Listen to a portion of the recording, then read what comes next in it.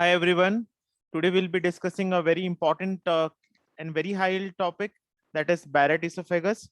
So the Barrett esophagus is the lesion that is having a grave clinical implication.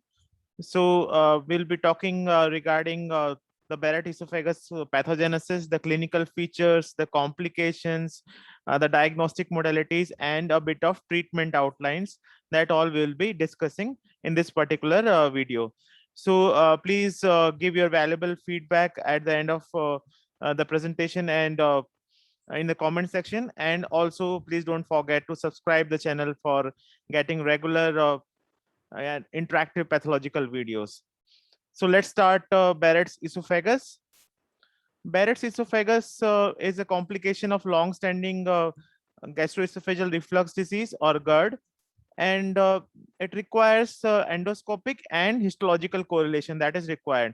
And it is in various studies, it has been suggested that abnormal mucosa should be there, and that mucosa should be more than at least 1 centimeter, more than 1 centimeter, and that should extend at least 1 centimeter more than that, proximal to the GE junction.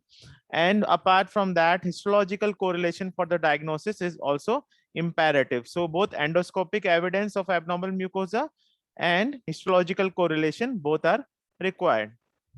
So it is characterized by glandular metaplasia. Now this glandular metaplasia, there is not much of concordance regarding that. So one school of thought says that intestinal metaplasia should be there, that there should be presence of goblet cell.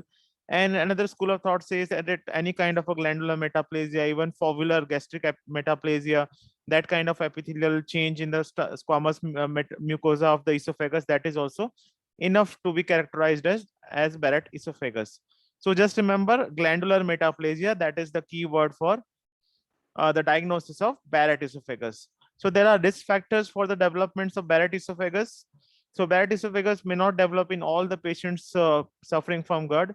It's said that almost like a 10 to 15% of long-standing GERD, they ultimately develop Barrett esophagus. So more than 5 years of chronicity, advancing age more than 50 years, generally male gender, and tobacco use has again something to do with Barrett esophageal development. They are more predisposed to that. Obesity naturally predisposes to reflux, so thereby it causes increased incidence of Barrett. And also some genetic complications, some growth pathway activation are also implicated. So it is more common in first degree relatives of patients who are already diagnosed with Barrett's. So Barrett's esophagus, they are having increased risk of developing esophageal adenocarcinoma. So risk of esophageal adenocarcinoma is substantially higher in Barrett esophagus, especially when there is an intestinal metaplasia and there is a dysplasia. So when there is an intestinal metaplasia and subsequent dysplasia, then there is a very high risk factor for development of esophageal adenocarcinoma. So generally speaking, Barrett esophagus is considered as a pre-malignant condition, and periodic surveillance is required.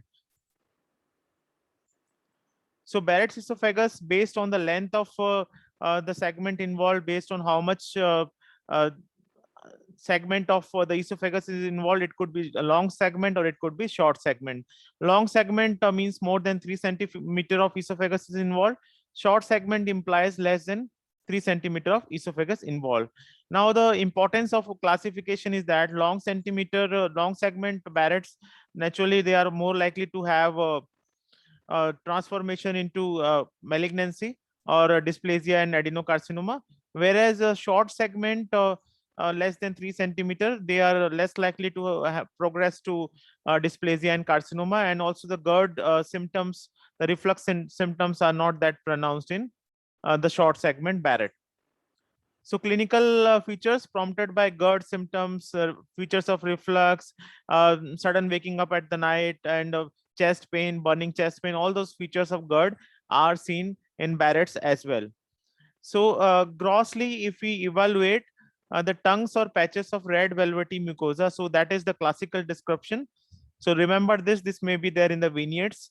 Tongue or patches of red velvety mucosa that extends upward from GE junction, and that alternates with the pale mucosa of esophagus, and the light brown mucosa of stomach distally.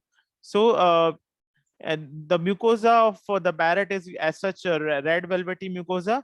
So it alternates with the proximal mucosa of a pale proximal mucosa of esophagus, whereas the distal mucosa is of that of gastric one, and that is the gastric mucosa generally is light brown in color. Now coming to the microscopic feature, so we may have either the intestinal metaplasia with a replacement of squamous esophageal epithelium with the glands, and there is presence of goblet cells that is essential for the diagnosis of intestinal metaplasia. And many a times we see non-goblet columnar cells with gastric type foveolar epithelium that also could be seen. And the presence of goblet cells can be enumerated by doing a Elchen blue stain that stains the acidic mucin of the goblet cell as purple blue. So if we employ the Elchen blue stain, the mucin vacuole of the goblet cell will be staining purple blue. So usually Elchen blue and sometimes the pars Elchen also combinedly can be used for denomination of goblet cell, and basically it differentiates from pseudo goblet cells that may also be sometimes seen. So that is back-to-back crowding of mucus cell that may give the appearance of goblet cell. So if we just employ this Elchen blue stain, it will demarcate the goblet cell from pseudo goblet cell. Now the glands, if they are seen, so the glands can show various irregular shapes, cellular crowding, budding may be there, irregular branching can be there, and there may be varying degree of dysplasia. Now the dysplasia could be low degree or could be extremely high grade of dysplasia. Either of the two types of dysplasia could be seen.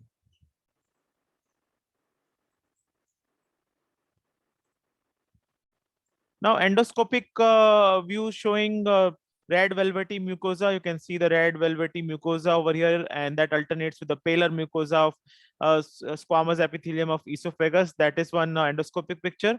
And here you can see that there are glands are being formed, and the glands are showing here both the foveolar type of epithelium, and you can see the goblet cells, the presence of goblet cells.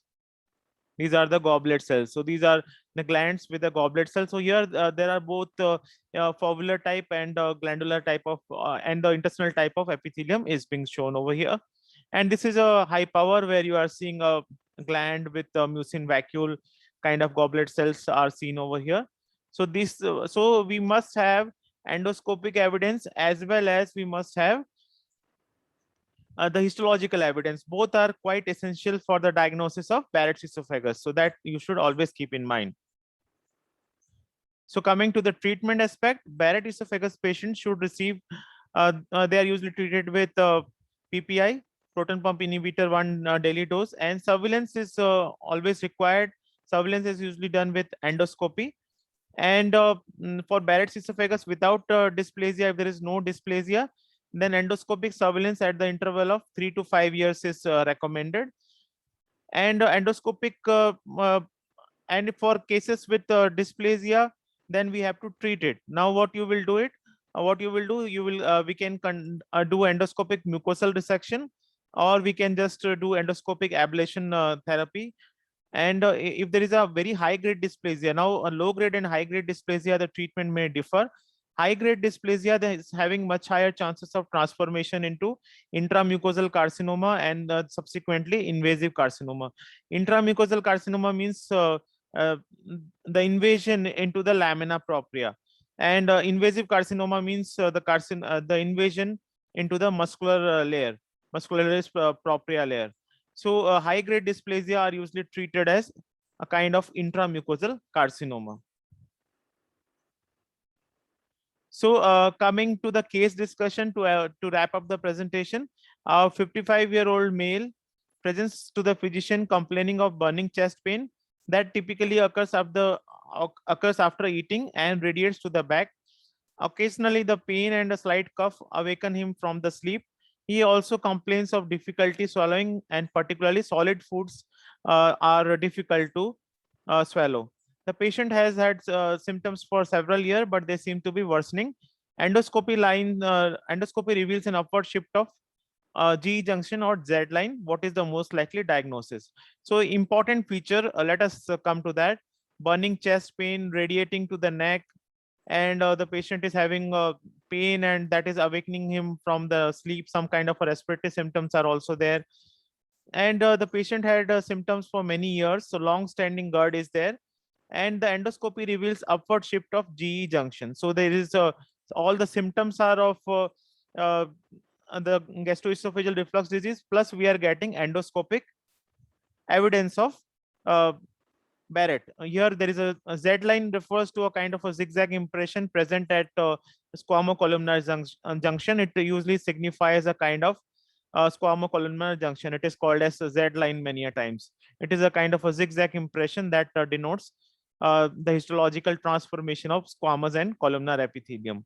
So here we are getting the endoscopic evidence plus symptoms of GERD are there. So we can say that the likely diagnosis is Barrett's, though it has to be finally confirmed with histological evidence, and we have to do biopsy to conclude it as Barrett esophagus. And then further we have to categorize it into low grade dysplasia or high grade dysplasia, and according to that the management has to be planned. So that's all for the Barrett esophagus, and we learned over here that GERD is a common feature of all the Barrett esophagus, and the Barrett esophagus emanates from the long standing GERD or gastroesophageal reflux disease. And the presence of glandular metaplasia is important histologically, and there should be shift of GE junction in endoscopic view as well. There should be a tongue shaped red velvety mucosa that should be evident in endoscopy. And we learned that this commonly progresses to invasive intramucosal carcinoma and subsequently invasive carcinoma. Particularly the risk is much more in high grade dysplasia compared to that of low grade dysplasia. And the most important thing that the intestinal metaplasia should be, there should be goblet cell.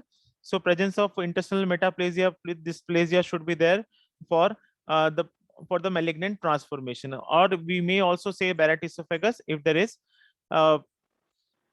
only foveal type of epithelium, that also can be said to be having Barrett esophagus in one school of thought. But the most important feature is the intestinal metaplasia with dysplasia that should be there for any significant risk of malignant transformation. So thank you for your patient hearing. Please try to watch this video again and again, recapitulate the important facts. This is a very high topic. You can expect a number of questions from this. And please stay hooked to the channel for lots of upcoming videos, interactive videos. And please don't forget to give your valuable comments in the comment section and subscribe to the channel. See you all in the next video very soon. Thank you.